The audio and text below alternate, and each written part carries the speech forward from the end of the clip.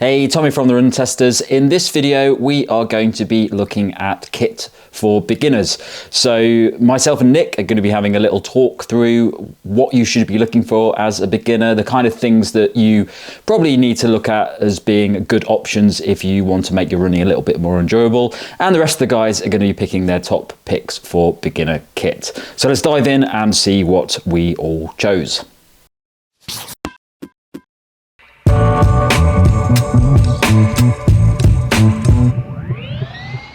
So let's have a let's just start with how important is kit for new runners, Nick? What do you think? I think a few bits of kit are important. I would certainly look for value as a beginner, but it also kind of depends on the beginner you are. Like when I was a beginner runner, I was already very keen on sports in general, and I went in with a fairly competitive attitude.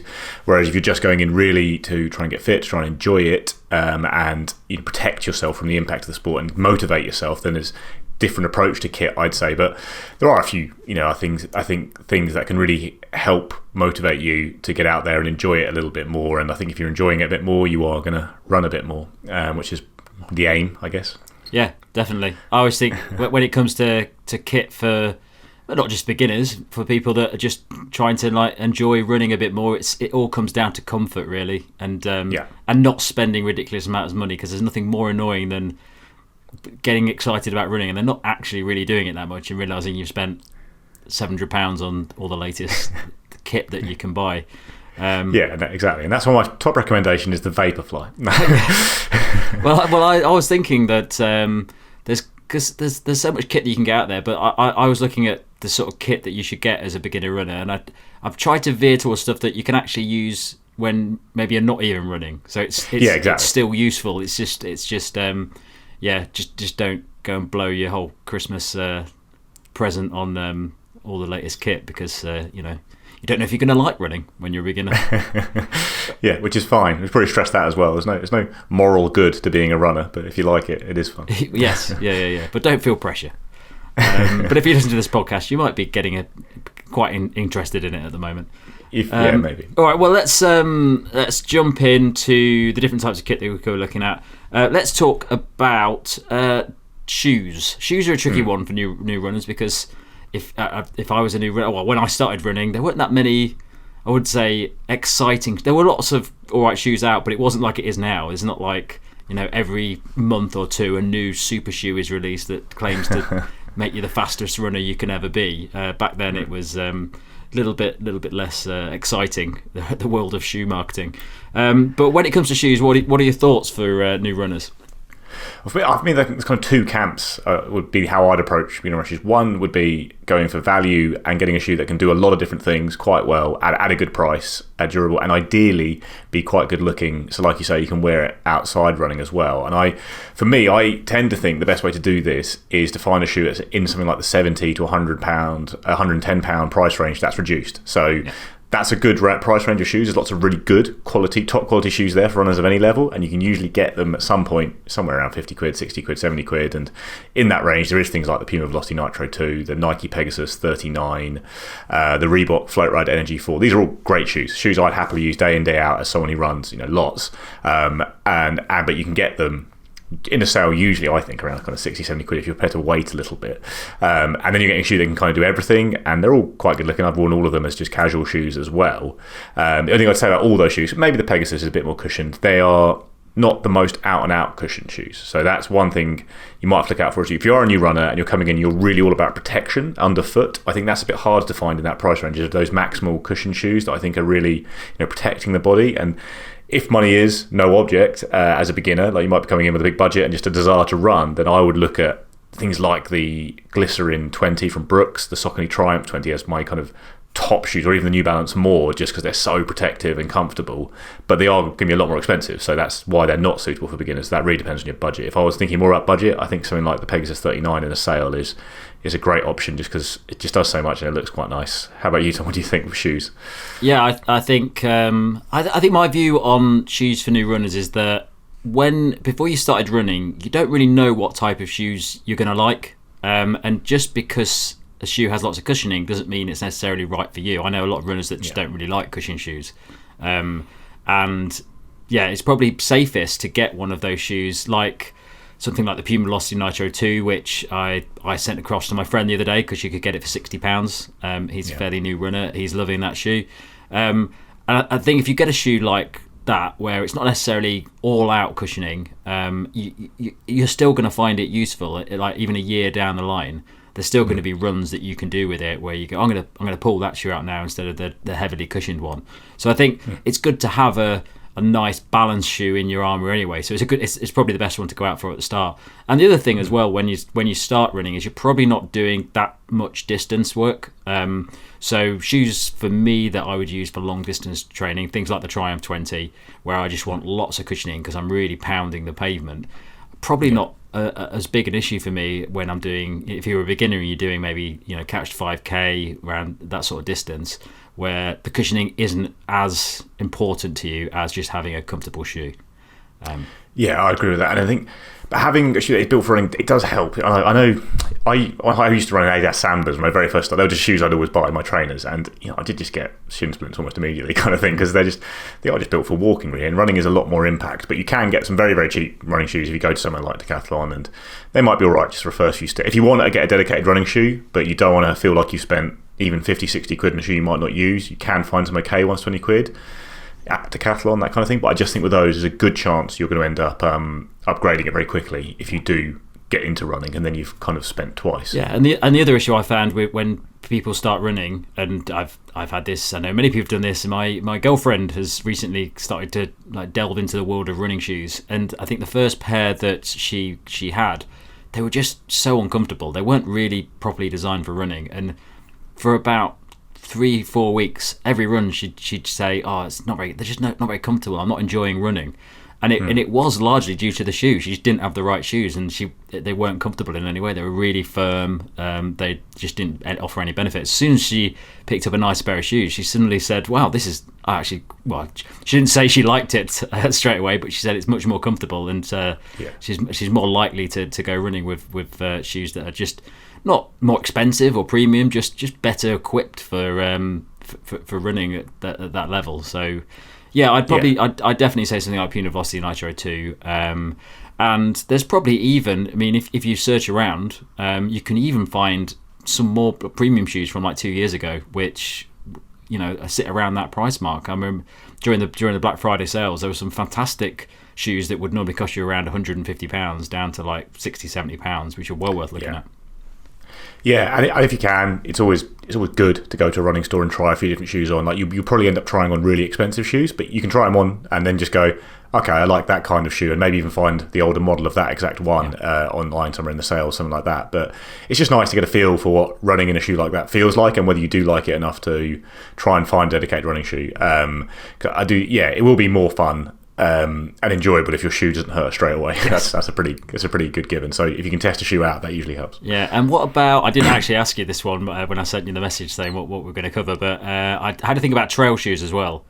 And one shoe cropped up for me as a good option, because a friend of mine recently he'd never ran any trails before, and he signed up to a trail race, and he didn't have any trail shoes, and it was pretty muddy, tough trail race to go on with some road shoes. So I got him, told him to pick up the Soil Shaker 2s from High Estate, £30 at the moment, and they're just great. They're just like, they're not the lightest shoe in the world, but if you're heading out on the trails and you don't know anything about the trails, and trail shoes are way harder to buy than normal road shoes, because it's so varied what you can get up to on the trails. Just getting the best trail shoe means absolutely nothing, because it's all completely dependent on where you're running. So I think Soul Shaker is a great one to start off with, because you've got that grip, you've got that protection, and you use them for a few months and go, actually, I know what type of shoe I want now, and you can delve into it further. But it's a really cheap shoe to get, which is actually great value. I love the Soil Shaker, and I'll say, like, this week I've been running with my mate who's been running for 20 years and is very experienced vet, masters athlete, and he uses the Soil Shaker in the forest most days. It's only thing with the Soil Shaker is the grip is very good, but so actually if you're on almost park trails, very groomed trails, it's probably too good. You don't need it. That's one reason I think that the Velocity Nitro 2 and the Nike Pegasus 39 are very handy shoes, because they both have pretty good outsoles, so they'll handle like your park trails nearly the whole year round, as well as being comfy on the road. And I think that's quite handy. Whereas the Soil Shaker is, you can do really quite serious trail running in the Soil Shaker. Yeah. All right then. Well, have you got a trail shoe choice other than Soul Shaker?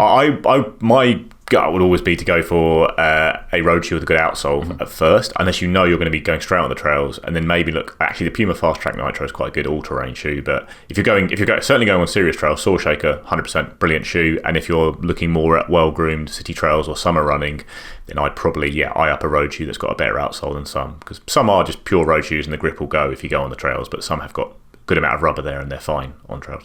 Cool. All right then. Well, I think that's enough advice for shoes. Let's delve into something else.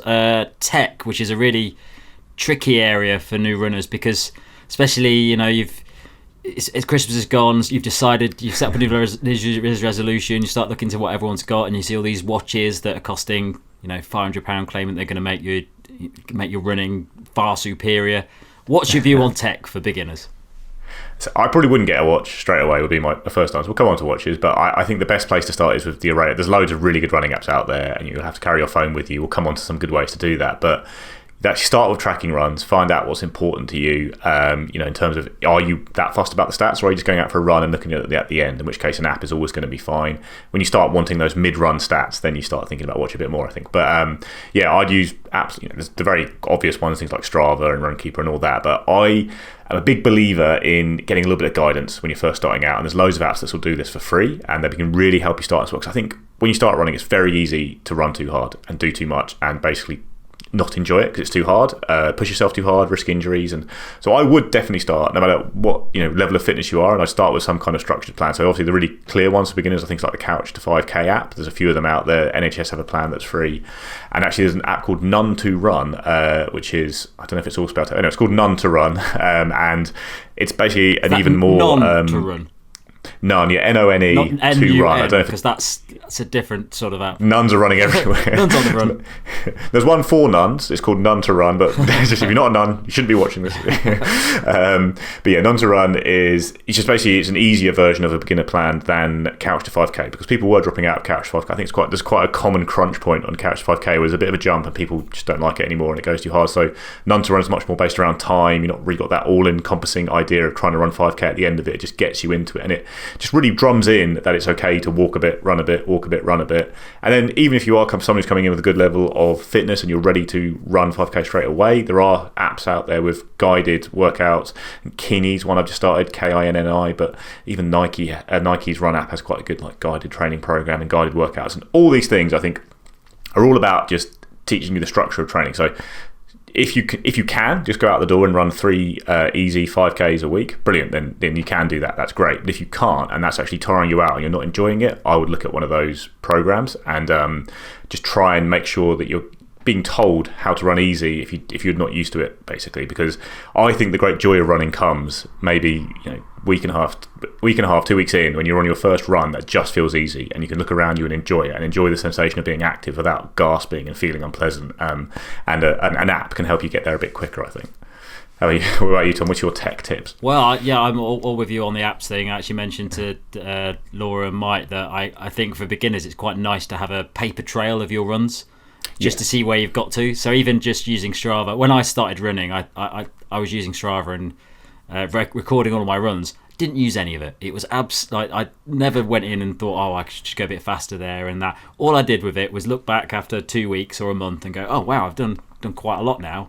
And you start to amass this CV of running that you suddenly become a bit more proud of, and then you start to care about getting more and more distance. And as you build up as a beginner, the sort of weekly mileage you're doing, and you see it go up a little bit over time, it's a really powerful thing to have. So I think just the act of recording what you're doing is really nice. It's almost like a data diary of your training. And if you're just going in blind and you don't record any of that, it sort of disappears and you forget that you've put a lot of effort in already. It's what all training's about, isn't it? It's about that consistency and building it up over time.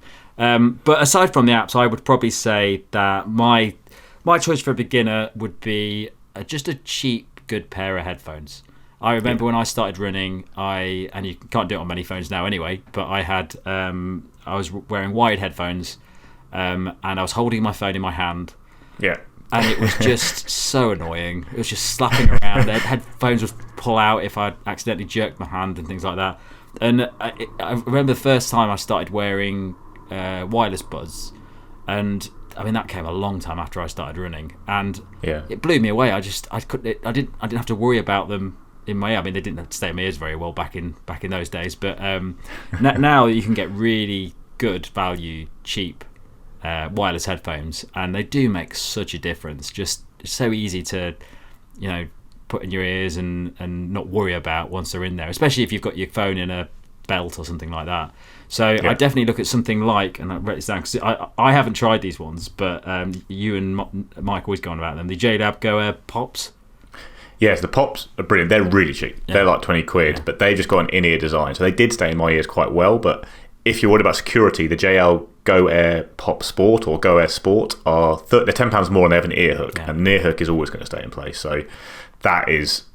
they're great. JLab in general make very good value headphones across the range. So the Epic Air Sport are 100 quid on RRP, but they're usually 50 in sales. Yeah, and I suppose the other thing about getting those is that you don't have to wear them for running. They're just useful to have a pair of headphones all the time.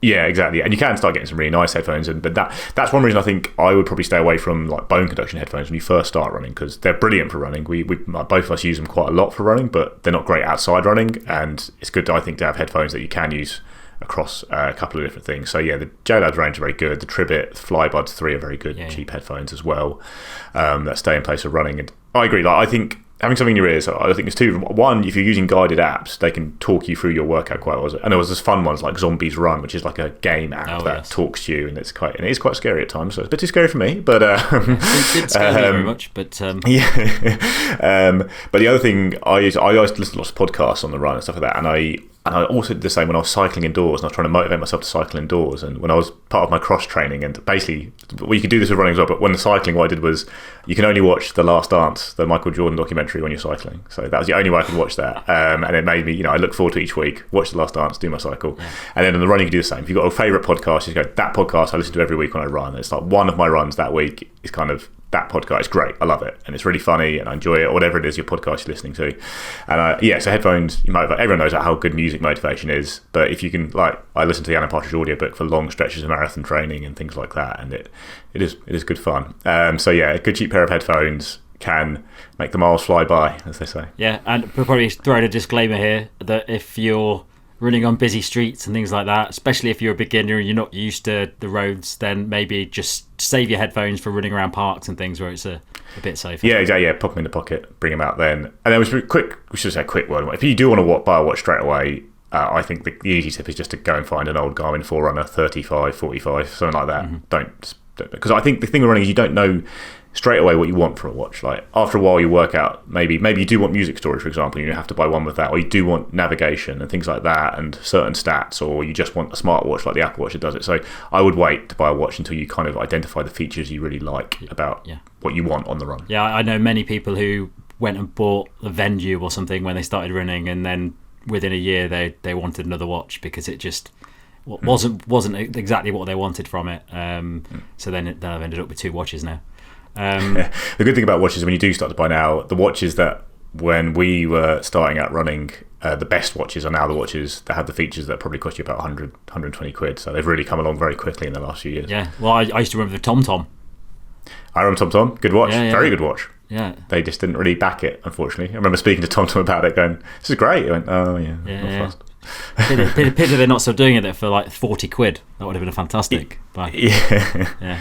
Cool. Okay, then let's lastly just jump into kit, general kit, clothes, that sort of thing. What do you think on kit?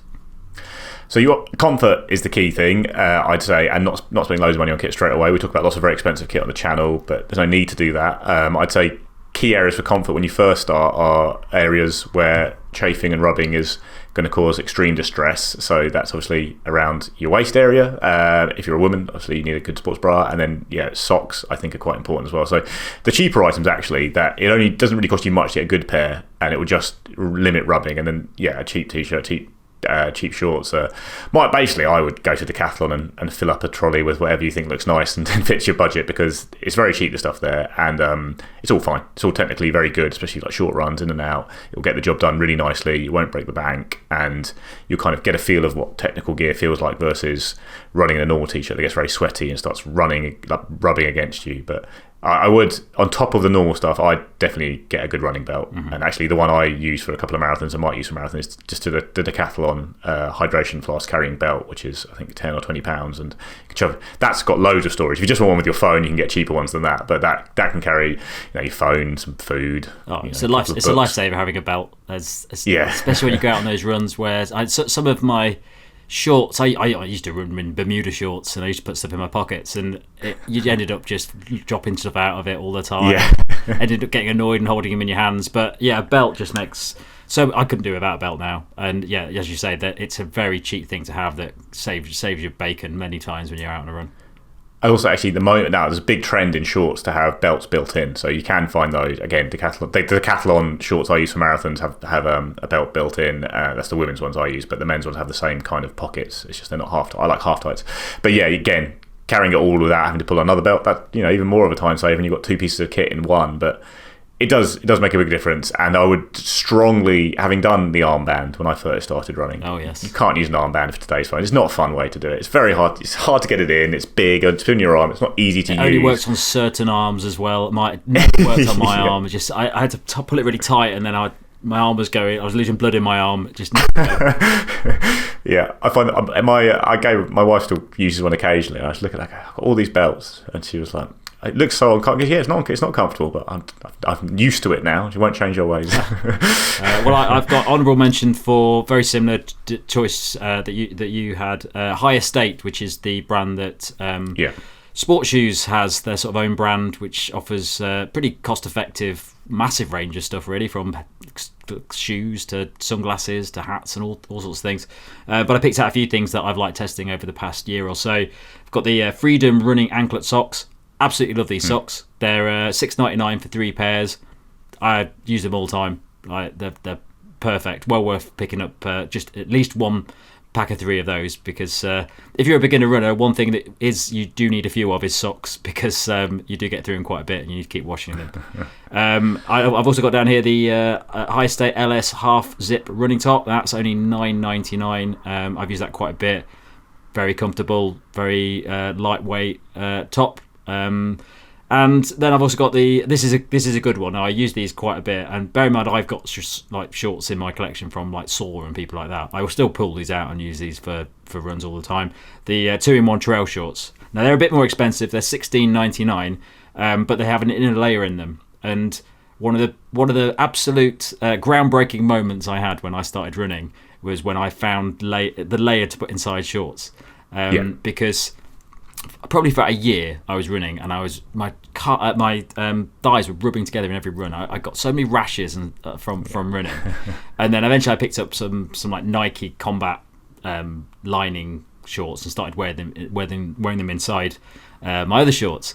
But since the innovation of lots of brands actually just adding in the liners to their shorts, I don't tend to use additional liners, and these are just great. $16.99. They do the job and just stop you getting chafed. Yeah, 2-in-1 shorts actually. Get a nice long inner thigh on thigh rubbing it's no one's idea of a good time, and it actually can rule you out of running for a little while, because if you get really unpleasant bit of rubbing. So. Yeah.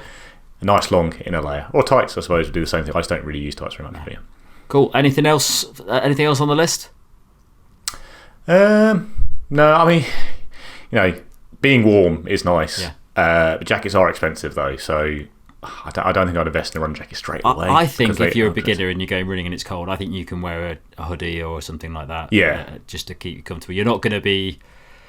It was like when you get to you're training fast and you're sweating a lot, you're probably not going to be doing that as a beginner. So it's definitely not worth investing in a jacket. And to be honest, me and Mike actually don't tend to wear jackets that much even now, because we get quite hot when we're running. So What What I would do is have a normal hoodie or some piece of clothes, something that helps you get out the door. Because you will be warm, like you say, after a half kilometre, 2 kilometre. So just get one that you use, and then just before you get sweaty, whip it off and tie it around your waist. Yeah. I run with something tied around my waist all the time. It doesn't look cool, but it's not a problem. Well, you've never been worried about looking cool, have you? It's very true. And on that note, thanks a lot, Nick. There goes our top tips on kit for beginner runners. So then if you're a beginner runner, I think there are probably enough barriers between you and actually getting out and doing the running. Things can seem a little daunting. And the last thing you really want is your kit to be a part of that. So the things that I've chosen here, I've selected, are all aimed at making you feel good on your runs, taking away some of the barriers that might happen around kind of finding that kit that makes you feel like you really want to go and run. So the first thing that I really focus on for a beginner runner is feet. Happy feet equals a happy runner. Once you've got the shoes that you like, the next thing I think is really important is a pair of good socks. Now, you don't have to spend huge amounts of cash on expensive socks, but it does, I think, pay benefits to go for something that's a little bit more than those old cotton socks that you used to go and play tennis in that you pull out of the drawer, and get something that's designed kind of specifically for running or for sports. And there are really loads and loads of really good kind of options out there for running socks now that don't have to cost an absolute fortune. Having said that, if you do invest in something slightly longer, I think they tend to last. Like, I've bought 3 pairs of socks that have lasted me a whole year round. So yeah, what you're looking for really are sort of technical fabrics. You're looking maybe at the cut. I prefer kind of a crew cut that comes kind of higher up the leg, but you want to get a good fit. And 3 brands that I think are worth looking at, or 4 brands actually. There's Stance, Brav, Belega, and also there's another one called Steigen. These all do really good socks that start around the kind of 10 to 12 pound mark and go up a little bit higher. All kinds of cuts, all kinds of patterns. Some of them cooler than others. These ones are the Christmas Grinch, but they're really kind of reliable, really good fit. They're really comfortable. They come in different kind of thicknesses as well. So you want to make sure you're picking socks that feel good on the foot. So the things that I think those brands have across all of them, you get a good kind of solid sort of durable fabric. They're comfortable. Many of them offer kind of like a no blister guarantee. And all of these that I've tested, I've had no problems with blistering. They all offer a good fit. The elasticated kind of cuffs of the top sort of stay put. Yeah, they don't overheat. They kind of move moisture out, keep your feet dry. All of those kind of things, they're really good. Try and test a pair before you buy lots. But then if it were me, I would invest in 3 pairs, keep them on rotation throughout the year, and you should get at least a year out of a single pair of running socks, if not longer. So sticking with that theme of comfort, next up for me, I think a really sort of key part of my running gear has always been, since the very early days when I made this mistake of getting chafed wearing kind of normal boxer shorts running, is to invest in a pair of good base layer shorts. Now, a lot of shorts do come with built-in base layers. Some of those can be good, some of them not so good. Some of them don't have flat seams, so they can chafe. I always think for safety and security and all of that kind of stuff, and anti-chafe, because chafing is the biggest nightmare on longer runs, you want to have something that you know is going to be reliable, not going to sort of hurt. It's going to keep everything nice and compact, nice and protected. You sort of just feels like a sort of suit of armour underneath. It can add warmth. It can help with kind of keeping moisture away from the body. Overall, I think it just makes you feel a bit armoured up to go out and run. Now, a really good pair of base layer shorts that I recommend right now are these kind of CXP. They're called the XP Ultralight base layer shorts. They're about £51, so they're not cheap. You can get just a box of brief. These are a slightly longer version that come in at £26. So if you don't want the extra kind of length down on the thigh, which I quite like having everything sort of feel nice and compact, you can just go for the boxers and they're a bit cheaper. Things that I really like, the material is nice and smooth and soft against the skin. They've got taped seams on the insides, so there's absolutely no chafe risk there. They've also got quite elasticated cuffs at the bottom of the legs, so they stay put, don't ride up. And they've also got a really, really nice wide waistband that's really flat. That doesn't roll up, it doesn't cut, and again, it all just stays put. You can tuck t-shirts into that and it locks them tight in place to stop drafts getting up. And essentially, it just cuts all your chafe risk and means that you can run for as long as you like without fearing that, and it won't interrupt what you need to do when you're out on a run. So these are the CXP XP Ultralight base layer shorts. Now, sticking with that theme of chafing and comfort, another garment that I really sort of highly recommend early on is to get a really good base layer t-shirt, something that's a bit more tight-fitting than a regular running shirt. You know, you could get a lot of people maybe just running sort of technical running tees, but I found very early on in my runs that sometimes I would go out, and if I was out for an hour or longer, I would get quite a lot of bad nipple chafe. You have to stand at the end of the London Marathon to see people crossing the lines with big red patches, and you'll know this is not a great thing to do. You can cut that out very early on by investing in a base layer shirt that tends to come with like a nice smooth fabric. And these mainly won't chafe, even when they get a little bit wet. The other thing is the technical fabric is really good at kind of sweat wicking. It feels sort of close to the skin, so that it's possible to kind of layer up. So you can put t-shirts over the top, or you can go for a jacket over the top, and it brings a bit of warmth as well. So it's good for kind of, I guess, sort of temperature control and all of those things. One of them that I've gone back to time and time again is this Under Armour Rush short sleeve men's tee. It's got a slightly kind of lighter kind of mesh sort of fabric in the back, which is a bit more breathable. It's got panels under the arms as well, which helps with that kind of airflow. But really my main reason for going for it is it's got a really nice fit, and this sort of silky smooth fabric on the front is just really protective on the front. You don't get any chafe. It fits sort of not too tight. It's not kind of sort of skins compression top tight, but it is, you know, hugging enough that it will layer up really nicely. So these ones at the moment, officially they're £55, £54.99, but I've seen them for as little as £17 on sale at the moment. So you can get them much cheaper, and they'll last forever. I mean, you can see I've used this one for about kind of, I don't know, it must be 2 or 3 years. The neck has gone a bit, but everything else is still nice, and you know, it's perfectly good to use. So that's a good one. If you want to go a little bit higher up and you want something that's got a little bit more compression, then this Under Armour ISO Chill base layer is another option. It's a long sleeve number. Again, sort of, it's a bit thinner, silky smooth, no chafe risk. It's got a panelled back here, which I don't know if you can see down the bottom. So it's a bit more kind of breathable at the bottom. That helps kind of with the moisture management. And yeah, again, another option. But a good base layer top is worth its weight in gold for sure. Hi runners, here's my essential kit for beginner runners. Now, I have taught beginner runners in the park, 0 to 5k groups for the past 9 years. So hopefully I know what I'm talking about. A lot of this is what I've learned from them over the years, though it's not always been me telling them you need this and you need that. They've told me a lot of what works for them.